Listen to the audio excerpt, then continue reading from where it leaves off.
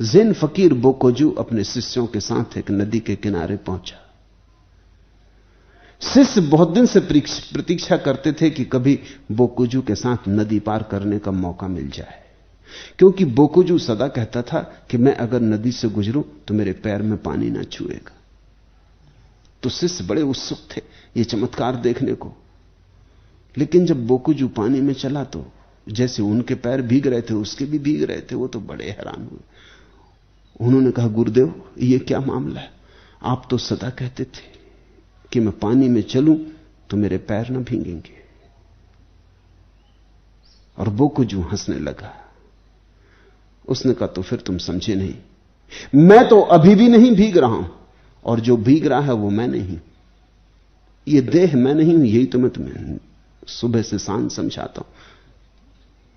तुम मूर्ख, चित्त कब चेतोगे?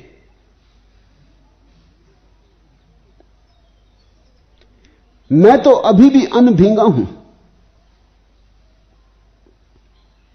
और मेरे भीगने का कोई उपाय नहीं, और तुम भी अनभींगे हो। सिर्फ तुम्हें इसका पता नहीं चल रहा है, मुझे पता चल रहा है। भेद इतना ही है, जिसे भीतर की शून्यता की प्रतीति होने लगी, तूफान आए निश्चित ही शरीर तो कंपेगा, कंपन होंगे, लेकिन भीतर उस शून्य में कुछ भी ना होगा। जो मिट गया उससे कुछ हो कैसे सकता है? इसलिए तो ज्ञानी को हम कहते हैं जो जीते जी मर गया, जो मरा हुआ जी रहा, जिसके भीतर अब कुछ बचा नहीं। अष्टावक्र का सूत्र देखा, बोलने वाले वाचाल मौन हो जाते, बड़े कर्मठ आलसी जैसे हो जाते।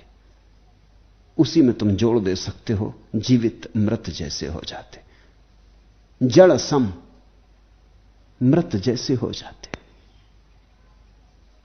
बाहर सब चलता रहता है, भेद इतना ही पड़ जाता है कि बाहर अब नाटक होता, अभिनय होता।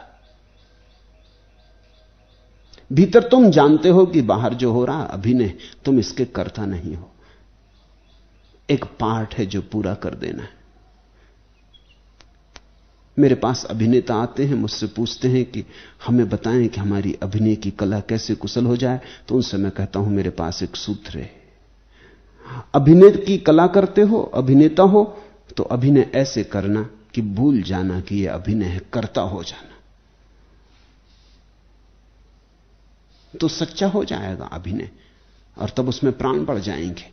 और यही मैं कहता हूं सभी से कि जीवन में इस तरह चलना कि जैसे अभिनय, शिथिल हो जाएंगे हाथ, संबंध ढीले हो जाएंगे।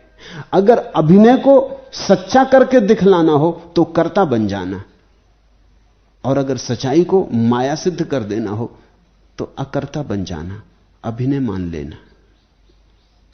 तुम जरा कोई काम करके तो देखो अभिनेता की तरह, तुम बड़े हैरान होगे। अपूर्व रस झरेगा, बड़ी भीनी भीनी गंध उठेगी। आज घर जाओ लौटकर तो तय कर लेना कि 3 घंटे अभिनेता की तरह करेंगे। पत्नी को गले लगाएंगे मगर ऐसे जैसे अभिनेता लगा था।